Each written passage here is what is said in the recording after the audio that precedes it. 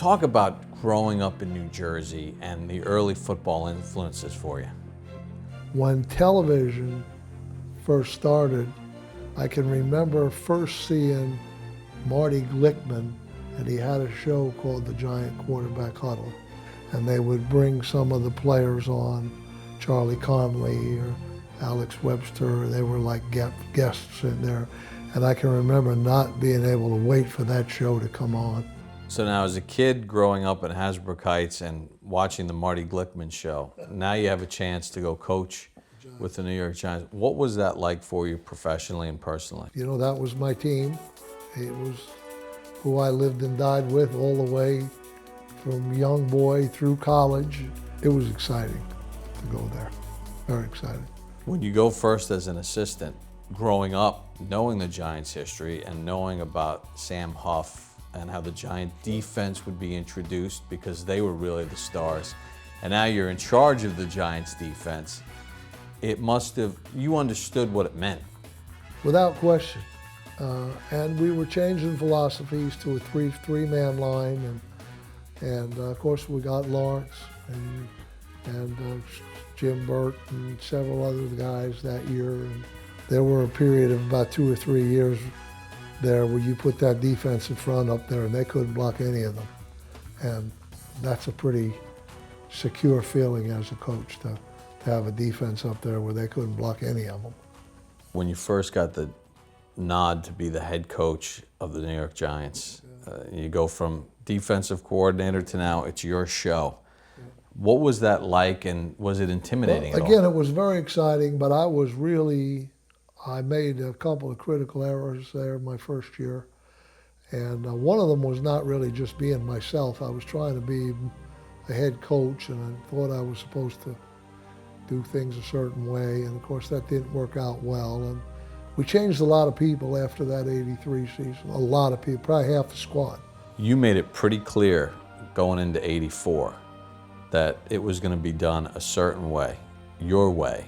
After '83, you know, there was some more than strong rumors that I was going to be let go and they were going to hire someone else. And when I did get the opportunity, I said, well, if they're going to get me, it's going to be on my terms. Fortunately, I had a good support system there with the Giants, and the whole organization got behind me, and I probably wasn't too easy to get behind in those days. Some of these guys got to get their head out of their ass around here. A little bit mercurial, a little bit brusque would be the word. What the are you doing staying 10 yards in the backfield? Get up on the line. Don't you know how much time's on the clock? And I was probably pushing the envelope harder than I should have, more determined than I ever was. Fortunately, things fell in place, and we started winning pretty regularly.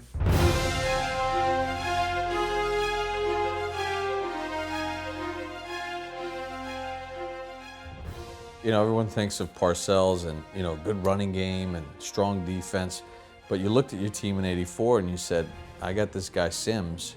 He gives us the best chance right now. He throws for over 4,000 yards. What was the thought process behind putting the ball in his hand and letting him rip? It felt like we needed to get more bigger plays, so I wanted to try to get a little more impetus in our offense. And I wouldn't say we're a big play team, but we could throw the ball down the field, and that's really what I was interested in doing. The relationship with the great Phil Simms and how it evolved. And we needed each other, I think. I needed him. I needed someone like him. He understood me. Phil, look, when we call the Y kid, that's who we're trying to throw to. Bill, don't be too inventive, okay? Okay, they took him. He was not sensitive. He could take it. I could use him as a whipping boy on purpose, which I would. Now, he was fiery, so he would respond. Hey, Phil, I'll run the game. I don't know who you're sending in. I'm sending goal line in, Well, bud. somebody give me something. Okay, I ain't got time to make a call. You take who you want, I'll take him. We'll line up and we'll play. I'll play him. as you go to the '85 playoffs, you know, the Bears having a great season. Did you think you guys were good enough to beat them? Yeah, maybe 2 or 3 out of 10. that day. And they could have been had that day. They could have been had that day, but we made a couple of critical errors. Landetta from his end zone. Bears look at good field position. Oh, he missed it. This is the football. He missed it's it. inside the field. All right. It's Sean Gale. That game was exasperating to me because when it was over, I felt like a couple of years' work was kind of out the window. I really did. I felt like, gee whiz, we got to get all the way back to this, doing this again here. I don't know whether we could, you know, when you're that experienced now, this is my second time through the playoffs, you know how hard it is to get where we were. And so that's what kind of frustrated me after that game.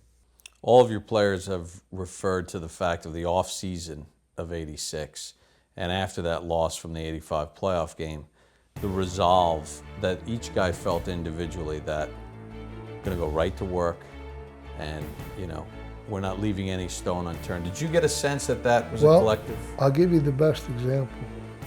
George Martin's wife, Diane, God bless her, called me up and she said, George has been playing a long time now, Coach. I want him to retire. She said, but if you ask him to play, he's going to play, so I'm going to ask you, please don't ask him. And I didn't even bat an eye. I said, Diane, I'm going to ask him. And of course, George played 4 more years after that.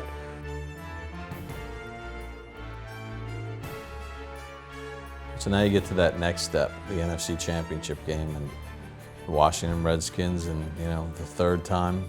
Well, that was our fiercest rival. And of course, the elements were so much a factor that day and wound up being a tremendous advantage. Probably the difference in the game for us, our ability to do things in the elements that Washington just couldn't do. We drove the ball into a 35 or 40 mile an hour wind in the third quarter for a touchdown. We kicked off to start the game and got a quick 10-0 lead, but that touchdown drive into the wind in the third quarter was the difference in the game because it took all the time off the clock for them to have the wind advantage. And after that, it was just, once it was 17-0, the quarter changed, I knew they couldn't beat us. After what you went through in '83 and then the baby steps in '84 and '85, now you've won the NFC Championship game and you're going to the Super Bowl. Well, now it's something new because it's exciting again, but it's also the unknown because I hadn't been to a Super Bowl as a coach. So I'm trying to figure out what to do, and I'm trying not to leave a stone unturned. And you practiced so well out in Pasadena. Were you scared that, you know, I know you love boxing, that you might leave it in the gym? We practiced very well for the Super Bowl. We'd put a lot into getting ready, 6 or 7 practices. I knew we were ready to go. So your defense gets a goal line stand in the first half. They won. Luckily. Yeah, they wound up missing the field. Why do you say luckily? Well, because that game could have got out of hand. It was already getting close to being out of hand. And had they gone up 17, you know, up to 17, you never know. And it is no good. I told the team at the half, I said, hey, we're lucky. Fellas, let's not give this game away here. I said, let's just go play. Come on. Did you guys know how well Sims was playing? Oh, yeah. I knew he was playing well. He told me in warm-ups he was ready to rock. Whatever he just said, I remember him saying, whatever you want to do, Bill, let's do it. Pitch. Morris turns around back to Sims on the flea flicker. Sims is looking way downfield. He's got to receive it. Complete. Down to the 10. 5. Touchdown, I believe. No, they are marking at the 1. Still in the pocket of the 1-yard line. The Super Bowl champions are the Giants. The Giants have accomplished something that many people thought they would never see. What were you thinking the first time they dumped Gatorade on you? Harry became the guy to do it. Well, I think Bert and Harry were original but then Harry made it a festive thing. Carson has changed shirts and is in the security uniform now. And there it comes. I had been on them so bad, so when you do some things, you got to be ready to let them do some things.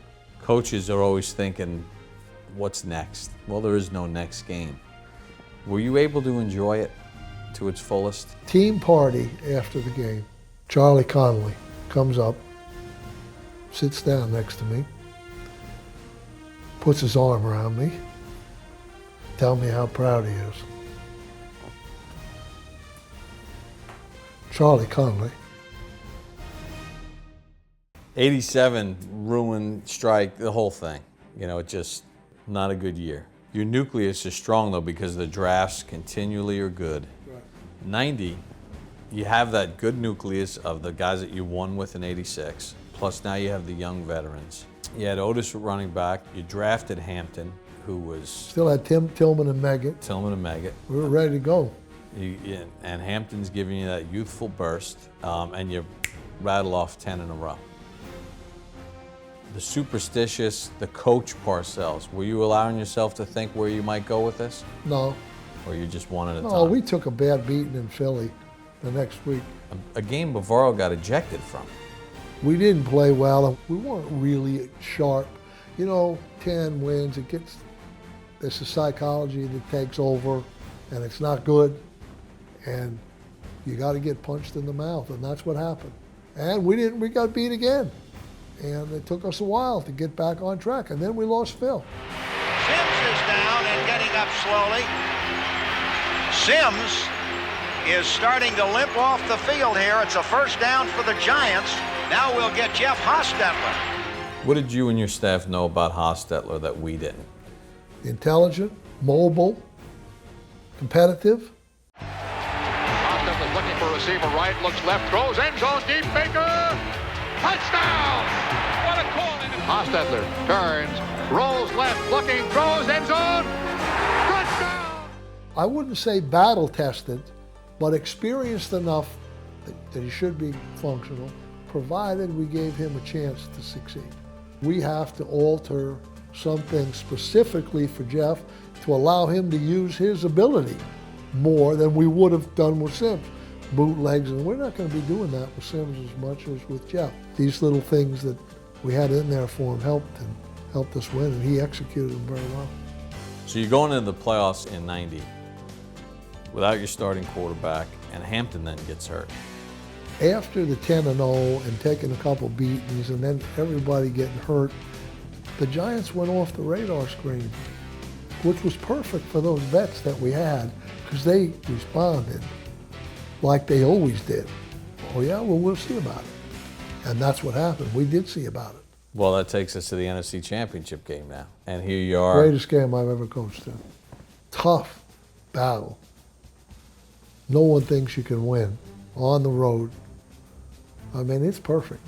Hostetler's toughness. I mean, you knew about it, you had used it. Got beat up in that game. Got really beat up. Got knocked out of the game. Yeah, I had to put Matt in. Yeah, that's true. And but he came back, and hey, he made the play to Stephen Baker there on the sideline, put us in field goal range. Maybe not the most aesthetically pleasing to the eye, but to me, it was bliss. Saints are going to Tampa Bay. It's over for the Three Peats. It's over.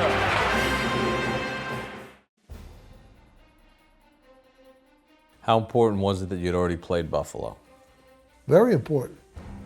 A better feel. I remember Bill Belichick and myself talking about the pace, how we had to do a better job with the pace of the game because that we had to do some things to try to slow that pace a little bit. We had run the ball pretty well on Buffalo in preseason for a lot of yards, and we felt like we could shorten the game on them. I like those 9 and 10 minute drives myself.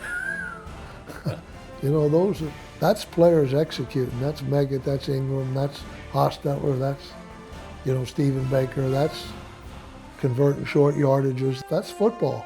That's not one big play, one thing. That is sustained execution, sustained mental concentration. You know how hard that is to do for 20 straight minutes? Well, that's what they did. Going in at the half and coming out to start the third quarter. That's why they call them champs. Are you too caught up in the moment to enjoy it as it's happening? Scott Norwood. He can fire the shot heard round the world now. They're lining up to kick this field goal, and I'm saying to myself, you know, it'd be a shame if we lose this game because we outplayed them so badly. And And still, they still had an opportunity, to their credit, to win.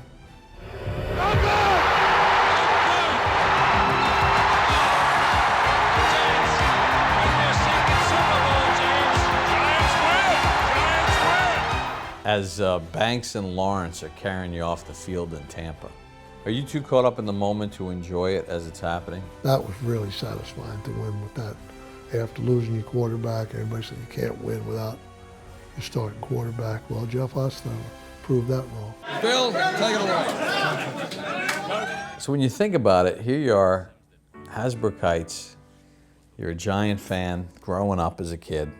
You become the head coach of the Giants. One of the Giants' coaches is Vince Lombardi, another New York guy. And your name is on 2 trophies. New York Giant, Vince Lombardi trophy, and the head coach is Bill Parcells. In your wildest dreams? No, of course not. God's been good to me, Bob. He really has. He's been very good to me. I've been very fortunate. I mean, I never felt like I had a real job. It's the truth. It's always been fun. Just go. You got your guys and you got your team. I still have it. You have all these great experiences and you've had success, you know, in all the other places that you've gone. You've rebuilt, you've fixed, you've gotten teams to successful points. You've fixed every place that you've been. But the bottom line is, Giant fans still consider you their coach. Even though you went to you're their guy, because you're a decade. Well, I appreciate that very much, because you can't dismiss what happened there. The rest of your life, man, nobody can ever tell you that you couldn't do it, because you did it. In my heart, that's what I am, a Giant. There's a whole generation, you know. There's your youth, and then there's me growing up during the horrible, I mean, it can't, you know, my first recollections are 70, 71, 72, right. I mean, it's horrible. I've been there for all of it, right. Bob, I got it. And you were a central figure in rejuvenating a fan base. Well, I appreciate that. I had a lot of help. I had a good support system, a good front office, tremendous ownership. I couldn't ask for any more. Ladies and gentlemen, presenting Bill Parcells for enshrinement into the Pro Football Hall of Fame. Winners assemble as a team. Well, tonight, ladies and gentlemen, I get to do just that. I'm honored, I'm grateful, and I'm thankful to every single one of you out there that had something to do with this. Thank you very much. Wellington Mara always said, once a Giant, always a Giant. Tell me what it means to you. Pretty much everything that I have in this world is because of the Maras and the family and the opportunity that they gave me. As I think back on things in my time, a place in your heart always reminds me that once you're a Giant, you're always a Giant.